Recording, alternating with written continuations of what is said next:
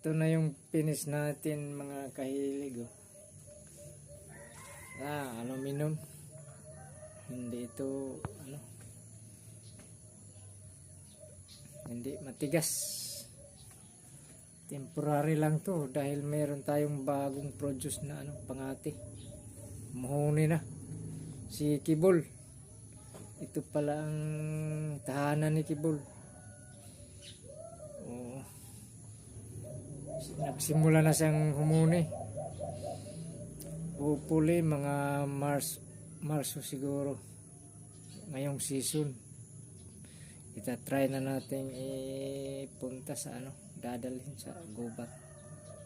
Baka magaling. Sa tingin ko naman magaling naman na limukon itong si Kibol. Tinatawag ko na lang na Kibol dahil pagkahuli sa kanya walang buntot.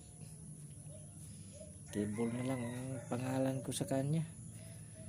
Kahit tinubuan ng buntot, Kibol pa rin ang tawag ko sa kanya dahil Kibol ang pagkahuli. Ito.